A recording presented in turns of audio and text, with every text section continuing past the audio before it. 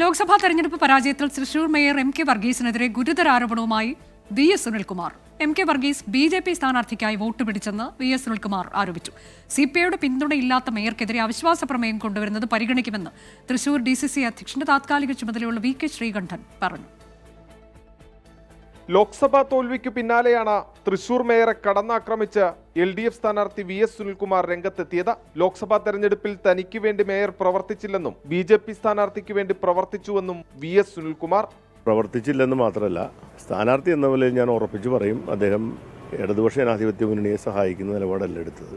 അദ്ദേഹം NDA സ്ഥാനാർത്ഥിയെ സഹായിക്കാനാണ് അദ്ദേഹം പ്രവർത്തിച്ചിട്ടുള്ളത്. എം കെ വർഗീസിനെ മേയർ സ്ഥാനത്ത് നിന്ന് മാറ്റണമെന്ന നിലപാടിൽ CPI ഉറച്ചു നിൽക്കുന്നു.